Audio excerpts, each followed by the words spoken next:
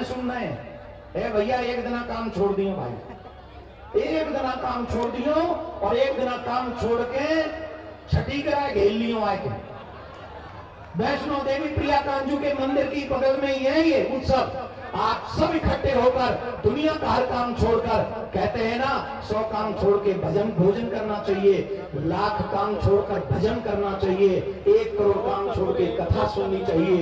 लेकिन जब हिंदू राष्ट्र बनाने की बात हो, धर्म सुरक्षित करने की बात हो, तो दुनिया का हर काम छोड़कर हमें उसमें शामिल हो जाना चाहिए। महाराज जी हमसे कह रहे थे न पद चाहता हूं न प्रतिष्ठान चाहता हूं। कई लोग कह रहे होंगे क्या करेंगे ये इतनी भागदौड़ करके। तो महाराज जी के वाक्य हैं, न पद चाहता हूं न प्रतिष्ठान चाहता हूं, मैं तो बस सुरक्षित हिंदुस्तान चाहता हूं, सुरक्षित हिंदुस्तान चाहता हूं। मेरे को कहीं जाना था, 16 तारीख को जाना था, लेकिन महाराज ने कहा है आपको आना है, और बात सही भी है। जब मैं आपको बुला रहा हूं और मैं ही कह रहा हूं सब काम छोड़ दो, तो मुझे भी छोड़ना ही पड़ेगा। आज आपको वचन देता हूं 16 तारीख को मैं भी उपस्थित रहूंगा। अगर मंच पर जगह नहीं भी मिली तो मैं पीछे आपके साथ जनता में बैठूंगा और जनता में बैठकर हिंदू राष्ट्र की आवाज को बुलंद करूंगा और आपके कदम से कदम मिलाकर चलता रहूंगा और भैया के कदम से कदम मिलाकर चलता रहूंगा। और हमारे आचार्य श्री मृदुलकांत शास्त्री जी और हमारे पांडे जी, अब से नहीं लगे हमारे पांडे जी, तो हमारे भैया पता नहीं कितने कितने इन्होंने व्यवस्थाएं की है। तो बहुत बहुत साधुवाद आपके लिए भी, और बहुत बहुत साधुवाद सभी ब्रजवासी संत समाज के लिए। पुनः आप सभी को मेरा प्यार भरा राधे राधे। ऐसे में जोर से बोलना पड़ेगा। और जितने भी कलाकार, जितने भी पत्रकार, जितने भी कथाकार, जितने भी संत महात्माएं सब, हाँ हमारे पद यात्रा जोर से बोलना पड़ेगा। कौन कौन चाहता है मथुरा की तरफ चलना चाहिए? इस बार नहीं, इस बार नहीं, लेकिन वो दिन दूर भी नहीं जब हम या वृंदावन से या कहीं से भी जब 1 और 1 11 हो जाते हैं ना, तो याद रखे सनातन की विजय को कोई नहीं रोक सकता। वो विजय होगी होगी होगी, हमें कृष्ण जन्मभूमि का मंदिर मिलेगा। कई लोग कह रहे थे महाराज जी हिंदू राष्ट्र बनेगा तो क्या मिलेगा? 1 मिनट रुक जाए, 1 मिनट। कोई कह रहा था हिंदू राष्ट्र बन जाएगा तो क्या मिलेगा? मैंने कहा हिंदू राष्ट्र बन जाएगा तो कोई भी 6 वर्ष की बच्ची के साथ दुष्कर्म नहीं कर सकेगा। कोई विधर्मी मेरे राम जी के मंदिर को तोड़ने का षड्यंत्र नहीं कर सकेगा। भारत अगर हिंदू राष्ट्र बन जाएगा तो लाल किले पे बम फोड़ने की हिम्मत किसी माई के लाल में नहीं होगी। यह होगा हिंदू राष्ट्र बनने से।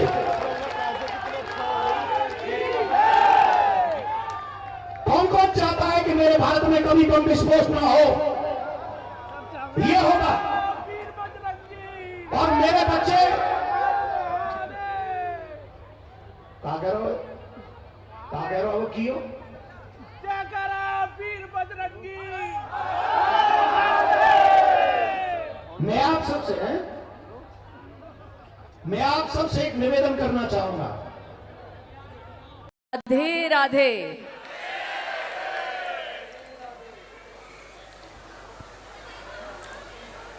जितने भी दिग्गज महाअनुभवी संत गुरु इस स्टेज पे उपस्थित हैं, जितने भी अतिथि गण यहाँ पे आए हैं, उन सबको मेरी तरफ से कोटि कोटि प्रणाम। इतने अच्छे स्पीचेस के बाद मैं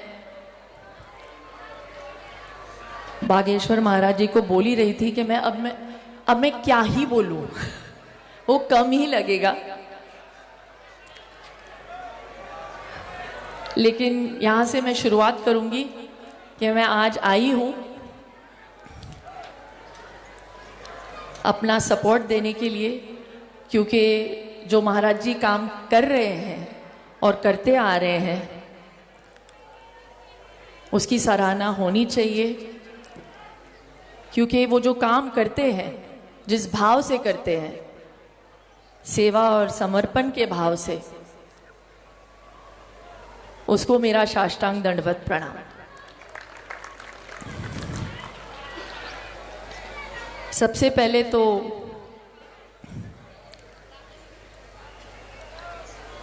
आज तक वो सिर्फ प्रवचन देते थे,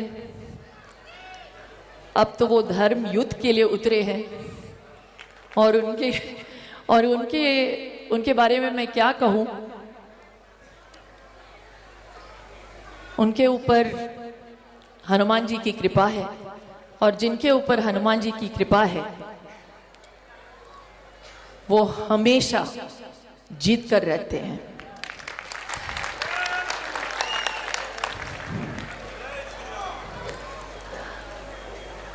एक्चुअली आज इतनी संख्या में आप लोगों को देखकर मेरा मन बहुत खुश हो रहा है,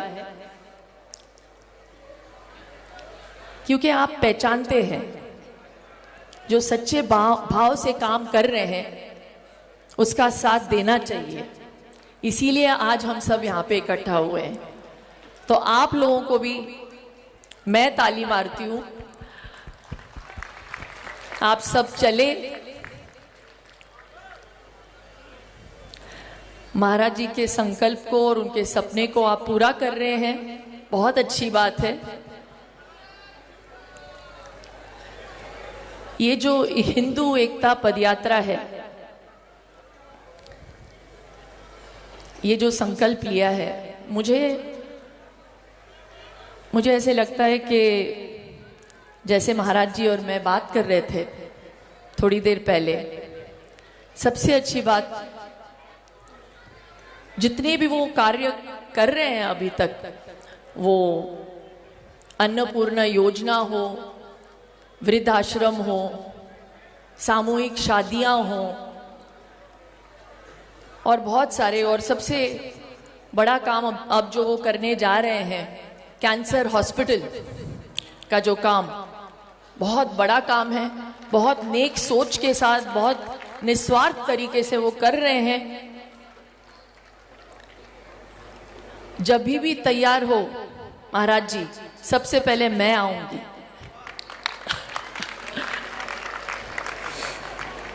और वो कर क्यों रहे हैं? ताकि वो गरीबों की मदद कर सके। और आज यहाँ पे हम इसीलिए आए हैं क्योंकि ये जो संकल्प लिया है सबको एकजुट करने का, ये बहुत ही कमाल का संकल्प है। इन्होंने पहल की है तो इनकी सराहना होनी चाहिए। प्लीज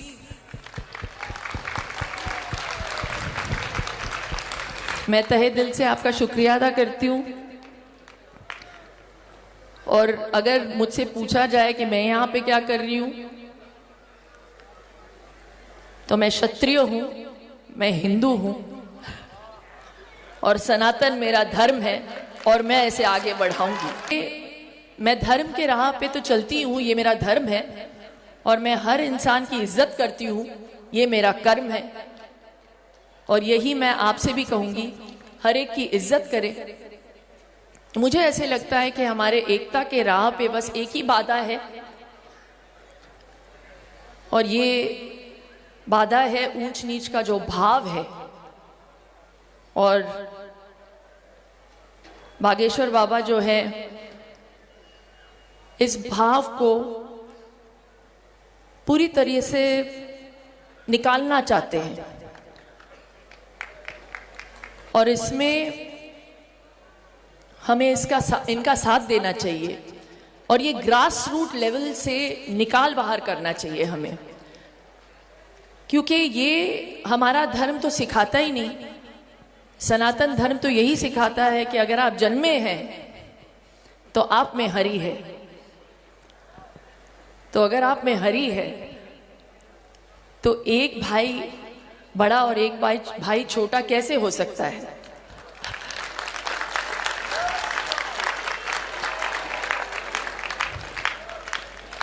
तो हमारे द्वारा अगर ये बात लोगों तक पहुंचे तो हम महाराज जी के इस संकल्प को, इस सपने को पूरा कर सकते हैं। और मैं चाहती हूँ ये जो 10 दिन की जो पदयात्रा इन्होंने तय की है और पूरा करने वाले हैं, पूरा तो हो जाएगा, लेकिन इसके साथ साथ इतिहास भी रचेगा।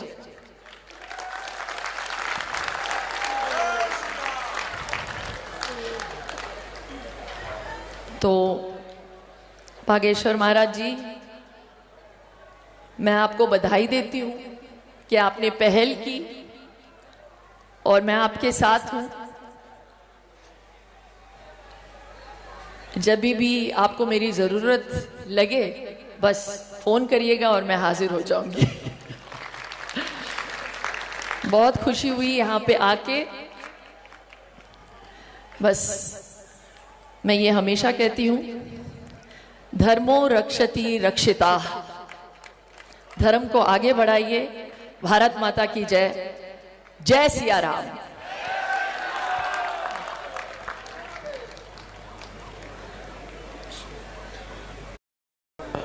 बोलते हैं कि बढ़ चढ़ कर एक स्थान पर बैठा हो और कर्म सामने हो, और धर्म और कर्म की जब आस्था में डुबकी लगाते हुए जब कहीं पे कोई सुकर्म में बदल जाए तो उसी को शायद सभा बोलते हैं और उसी को शायद पंडाल बोलते हैं। मैं अपने परम पूजनीय गुरु जी श्री पंडित देव प्रभाकर जी शास्त्री जी पूर्व दद्दा जी के चरणों में शत शत नमन करते हुए, और हमारे कजिन कह सकते हैं आप अंग्रेजी में, जिनको आप जो उम्र में तो हमसे बहुत छोटे हैं, लेकिन धर्म के हुनर में जिनकी पताका जो है पूरे विश्व में आप लोगों ने तालियों के माध्यम से, कभी किसी नारे के माध्यम से, जिस उम्र में लोग जॉब खोजते हैं, जिस उम्र में लोग अपने लिए मोटिवेशन या अपने लिए सपने खोजते हैं, ऐसे हमारे परम पूज्य श्री धीरेन्द्र शास्त्री जी के चरणों में नमन करता हूं। और आप सबसे ताली बजा करके जितना सम्मान आप हमें देते हैं उससे 10 गुना तालियां बजाकर आप जो है शास्त्री जी के चरणों में दें। क्योंकि हम लोग बड़ी असमंजस की स्थिति में थे कि हमने बचपन से नारा सीखा है, वसुधैव कुटुंबकम, सारा संसार एक परिवार, जिसमें हम बोलते हैं हमें बचपन से कुछ भी सिखाया गया, कलाकारी तो ईश्वर देता है, क्योंकि हम गंधर्व लोग हैं, हम शिव के कृपा पात्र लोग हैं। और जैसा इसका जब हमें गुरुजी से आदेश मिला कि, तो मुझे उसमें एक इतना अच्छा कोई भी आयोजन हो उसके पीछे एक बहुत प्यारा सा प्रयोजन मिला कि छुआछूत से बिल्कुल सब चीजों से दूर होकर अगर हम एक छत पर, जैसा कि आपने सुना होगा कि हम लोग शिवजी के मंदिर जाते हैं और शिवजी के मंदिर में जब कोई भी आदमी घुसता है तो हमने एक बार वो वीडियो बनाकर भी हम 10 साल हम इस चीज का प्रश्न का मन में उत्तर खोजते रहे, हमें उत्तर नहीं मिला कि शिवजी को दुनिया का सबसे बड़ा निर्माण करता, जिसमें बोलते हैं जल वायु धरती आकाश सब कुछ, जहां पे आप अंदर जाते हैं आपको सीधे शिव के पास में बिल्कुल उनकी गले में लटके हुए एक नाग के रूप में आपको दिखाई देते हैं, उनके पास में बैठे हुए नंदी दिखाई देते हैं, पीछे माता जी बैठी होती हैं, शेर की सवारी पर बैठी हुई होती हैं, पास में कार्तिकेय जी होते हैं तो मोर के पे ऊपर विराजमान है, और पड़ोस में गणेश जी हैं जिन जो चूहे के साथ में जो है अपने सिंहासन संभाले हुए हैं। बताइए कितनी कमाल की, अगर प्रकृति में हम कलाकार लोग हैं, हम कला के उपासक हैं, हम मनोरंजन को विज्ञान मानते हैं और मनोरंजन के विज्ञान में सिर्फ एक ही चीज जानते हैं कि हरिहर जिसको बोलने का अधिकार है वो हमेशा मन से बोले, तन से बोले कि हरि वंश पूजा जाए, दुनिया में हरि वंश पूजा जाए। लेकिन हरिवंश जो पूजता है वो दुनिया के हर वंश को पूजता है, हर वंश को पूजा जाए। और जहां पे हरिवंश पूजा जाएगा, हर वंश पूजा जाएगा, विश्वास करिए हर अंश पूजा जाए, सर्वांश पूजा जाएगा, तभी तो समदर्शिता पूरे विश्व में आपको दिखाई देगी। और जहां हमारी संस्कृति में, हमारी मिट्टी में, हमारे रज में, हमारे कण में हम पता नहीं कैसे लिखा गया कि वसुधैव कुटुंबकम, सारा संसार एक परिवार। मैंने इन संतों के चरणों में सीखा है कि कलाकारी करना तो पता नहीं कैसे आप करवाते हैं, लेकिन अदाकारी जीवन में क्या होनी चाहिए ये हमारे संत सिखाते हैं। हमें बिल्कुल धर्म की जय हो। हमने एक ही नारा, मैं चाहता हूं कि इस मंच के माध्यम से हर अंश और वंश के लिए हम एक नारा जो हमने सीखा है कि धर्म की जय हो, अधर्म का नाश हो, प्राणियों में सद्भावना हो, विश्व का कल्याण हो। और जिस दिन विश्व का कल्याण होगा, आप विश्वास करिए सनातन हमेशा हर विश्व के धर्म छाते की तरह अपनी धर्म ध्वजा फहराता रहेगा। सनातन वो स्थान रखता है, जिसने सनातन को जाना उसने दुनिया को जाना, उसने दुनिया को पहचाना, और जिसने दुनिया को पहचाना उसने अपने आप को पहचाना, फिर अपने बने हुए मंदिर को पहचाना, फिर आपने अपने 7 चक्रों को पहचाना। उसके बाद आपने जैसे आंख बंद की और संत कृपा लेके आपने बोला, क्या बोला कि मातृ देवो भव, पितृ देवो भव, गुरु देवो भव, कुल देवो भव, दिव्य देवो भव, अन्न देवो भव, अन्नपूर्णे सदा पूर्णे, शंकर प्राण वल्लभे, ज्ञान वैराग्य सिद्ध्यर्थ भिक्षाम देहि च पार्वती। हे ईश्वर, अगर हमारे मनोरंजन से लोगों के मन खुश हो जाते हैं तो हमारे भारत की मिट्टी से इतनी, क्योंकि हम जब भी पूजा करते हैं तो पूरे विश्व के लिए करते हैं। हमारे यहाँ कोई भी हवन हमने बचपन से नहीं देखा जिसमें बोलते हैं विश्व का कल्याण छिपा हुआ होता है। हमें अपने आप को, पूरे विश्व को संभाल के चलना चाहिए, क्योंकि हम सनातन को बिलोंग करते हैं। हम आप सबके बीच में एक दूसरे को बिलोंग करते हैं, और हमने हमेशा लोगों के लिए अपने से ज्यादा सबको माना है, तभी तो सनातन सबसे पुराना है। दोस्तों, ये सनातन का छाता बना रहे, दुनिया पर सनातन की छाया बनी रहे। और आपके परम पूज्य शास्त्री जी, आज आपने हमारा हाथ पकड़ा, ये हाथ आपके लिए जीवन भर के लिए तैयार है। आप, हम जानते हैं, हमने बीच में बताना जरूरी है कि हमारे गुरुजी श्री दद्दा जी थे। हम बहुत बचपन से महाराज जी से मिले हुए थे, और महाराज जी के जो पूज्य गुरु जी हैं वो रामभद्राचार्य जी हैं, और रामभद्राचार्य जी और श्री पंडित देव प्रभाकर जी, शास्त्री जी, दद्दा जी, वो दोनों सहपाठी हैं। और हमारे दादा गुरु दोनों के श्री धर्म सम्राट स्वामी करपात्री जी महाराज हैं। और जब से हम इस परिवार में हम दीक्षित होने का हमें सौभाग्य मिला, आज मैं कह सकता हूं दोस्तों कि 200-250 फिल्में करने के बाद में कलाकार तो पता नहीं मैं कैसा होता, ऐसा ही होता, लेकिन आज जो कुछ भी पूरी दुनिया में आचरण सीखने का मौका मिला, व्यवहार सीखने का मौका मिला, संस्कार सीखने का मौका मिला। जीवन एक रंगमंच है, जीवन एक रंगमंच है, जीना मरना तो एक नाटकीय व्यवस्था है। हम कोई इसके व्यवस्थापक ना बने, हम तो केवल इसके पात्र हैं, और सुपात्र। और उस किस तरीके से इस प्रकृति को सजाते हैं वो ये संत जानते हैं। जितना भी संतों का आशीर्वाद देश पर बना रहेगा, हमारा देश स्वस्थ रहेगा, मस्त रहेगा, व्यस्त रहेगा। और आप संत जहां पर अपने देश के लिए, हम सब आपके बच्चे हैं, 140 करोड़ बच्चे आपको नमन करते हैं। देश जिसमें विश्व गुरु बने, सुरक्षित रहे, हम सब आपके साथ हैं, मनोरंजन के रूप में, आप धर्म के रूप में, हम सब कर्म के रूप में। प्रणाम करता हूं आप।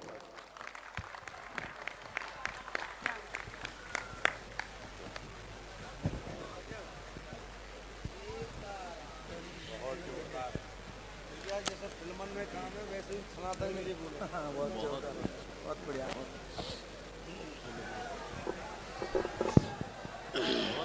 हम अब ये माइक